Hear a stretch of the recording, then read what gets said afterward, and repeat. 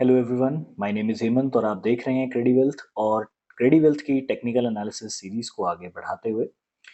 कल intraday basis पर trade करने के लिए मैंने जिस स्टॉक को सेलेक्ट किया है, उस स्टॉक का नाम है संवर्धन मदरसन इंटरनेशनल लिमिटेड और इस स्टॉक को सेलेक्ट करने के पीछे का रीज़न मैं सबसे पहले आपके साथ वन डे पर मैं शेयर करना चाहता हूँ। तो वन डे का चार्ट जैसे ही मैंने ओपन किया तो आप देख सकते हैं यहाँ पर स्टॉक ने एक अच्छा अप ट्रेंड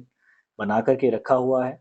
और यहाँ पर भी अगर आप हाल-फिलहाल के जो इसके सेशंस रहे हैं, यानी कि अगर हम 9 फरवरी के बाद से अगर इसकी ओवरऑल मूवमेंट को देखें तो बहुत ही ज़्यादा कंजेस्टेड स्पेस के अंदर ये मूवमेंट फिलहाल अभी चल रही है। सो इसको एक बार मैं आपको थोड़े से बड़े टाइम फ्रेम पर दिखाना चाहता हूँ ताकि आपको एक बार फीचर्स अच्छे तरीके से समझ में आ जाए। तो 79 रुपीज़ के आसपास हमारे पास प्रीवियस स्विंग है, जिसके नीचे प्राइस के आने पर हम बेयरिश हो जाएँगे प्राइस में and at the same time मैंने यहाँ पर 1, 2 और 3 स्विंग्स को मैंने यहाँ पर कैप्चर करके मैंने अपनी अपवर्ड रेजिस्टेंस लाइन और नीचे की तरफ मैंने 2 स्विंग्स को कैप्चर करके मैंने ऊपर की तरफ की बनती हमारी सपोर्ट लाइन को ड्रॉ किया है। तो अब इसको मैं एक बार 15 मिनट्स के चार्ट पर आपको दिखा देता हूँ। देखिए प्लान बहुत सिंपल रहेगा। अगर ये स्टॉक हमें अपनी सपोर्ट लाइन के आसपास दिखेगा, हम यहाँ पर एक बार बाय ट्रेड ही अटेम्प्ट करेंगे और सपोर्ट पर आने पर उसे किसी ना किसी तरीके का कोई एक रिजेक्शन पैटर्न ज़रूर बनाना होगा। अगर प्राइस ऐसा करता है तो हम यहाँ पर ट्रेड लेंगे और हमारे target again top of the range यानी कि समवेयर अराउंड 80.50 के आसपास भी हमारे टारगेट्स यहाँ पर हो सकते हैं। अगर सपोज़ कीजिए कि अगर ये स्टॉक गैप अप ओपन होता है और अगर ये गैप अप ओपनिंग आप मान कर के चलिए कि 81 रुपीज़ के आसपास की रहती है, यानी कि ये अपनी पूरी इस रेंज को सरपास कर जाता है गैप अप ओपनिंग के साथ, तो हम यहाँ पर इसको 15 मिनट का टाइम देंगे और 15 मिनट का टाइम देने के बाद हम कुछ इस तरीके का पॉजिटिव प्राइस एक्शन इसमें से बनता हुआ हम एक्सपेक्ट करेंगे। अगर ऐसा होता है, तो हमें इसमें काफ़ी बड़े टारगेट्स भी उस दिन पे देखने को मिल सकते हैं क्योंकि अगर इस चार्ट को मैं एक बार फिर से आपको वन डे के टाइम फ्रेम पर दिखाऊँ, तो आपको अंदाज़ा हो जाएगा कि इस कंजेशन ज़ोन से बाहर निकलने के बाद प्राइस के पास आइडियली बहुत बड़े टारगेट्स इसमें आ सकते हैं आने वाले समय पर। तो ये सेम डे पे आपको 84-85 रुपीज़ पर आता हुआ दिख जाएगा। ये थोड़ा-सा डाइसी होगा कहना मेरे हिसाब से, बट डेफ़िनेटली आपको यहाँ पर 1 से ₹1.5 के टारगेट देखने को मिल सकते हैं and that too considering the stock price जो कि खुद सिर्फ़ ₹80 का है। तो यहाँ पर 1 एंड अ हाफ और 2 रुपीज़ तक के टारगेट आपको काफ़ी बढ़िया टारगेट्स इसमें देखने को मिल सकते हैं। सो दूसरी जो चीज़ यहाँ पर अगर आप चार्ट पर देखेंगे, ये एक बहुत अच्छी सिमेट्रिकल ट्रायंगल की फॉर्मेशन है।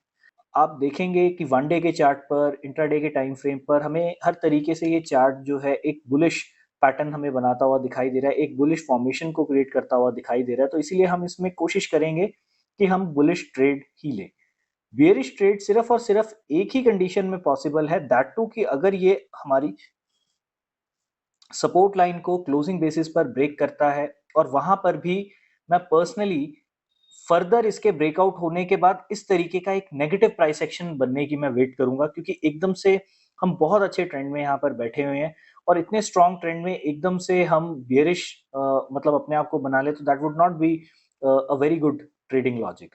तो अगर इसको नीचे की डायरेक्शन में आना है तो उससे पहले इसको समहाउ किसी ना किसी तरीके से यहाँ पर क्लोजिंग इस सपोर्ट लाइन के पास देनी चाहिए और फिर नेक्स्ट डे जब ये जैसे ही सपोर्ट को ब्रेक करेगा तो हम वहां से वापस डाउनवर्ड डायरेक्शन के ट्रेड इसमें उठा सकते हैं। So looking at the price action itself, price action काफी बुलिश है। प्राइस इनफैक्ट अपनी ऑलमोस्ट ट्रेंडिंग रेजिस्टेंस के आसपास क्लोज कर रहा है, तो इसीलिए हम यहाँ पर बाय साइड की डायरेक्शन का ही ट्रेड देखेंगे। लेकिन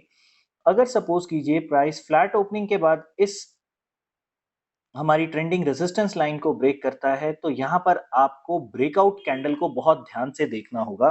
अगर ये ब्रेकआउट कैंडल बहुत ही ज्यादा स्ट्रॉन्ग पैटर्न के साथ क्रिएट होती है, you should definitely go ahead and you should create your entry into the trade. लेकिन अगर ये ब्रेकआउट कैंडल बहुत ही ज्यादा डाइसी सी कैंडल बनती है, and what do I mean by dicey, suppose कीजिए कि ये कैंडल कुछ इस तरीके से बन जाती है लाइक दिस, या फिर ये कैंडल कुछ इस तरीके से बन जाती है लाइक दिस, तो यहाँ दोनों ही केसेस में आपको बाय करने से बचना है। अब देखिए मैंने यहाँ पर इस कैंडल को क्यों नहीं एक अच्छा कैंडिडेट कंसिडर किया, क्योंकि देखिए यहाँ पर ये कैंडल इस रेजिस्टेंस के ऊपर क्लोज होने पर it has failed, to close above this resistance level. So अगर मेरे पास यहाँ पर किसी भी तरीके की कोई बुलिश कैंडल बनती है तो मैं चाहूंगा कि वो कैंडल एटलीस्ट उसकी रियल बॉडी का मोर देन 50% पार्ट या एटलीस्ट 40% पार्ट मुझे अपनी इस ट्रेंडिंग रेजिस्टेंस लाइन के ऊपर बनता हुआ दिखाई दे।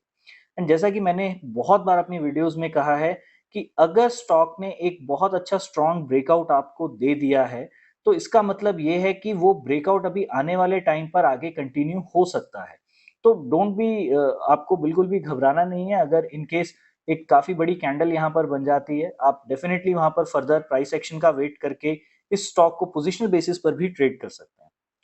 उम्मीद करता हूँ आज की वीडियो आपको अच्छी लगी होगी। आपको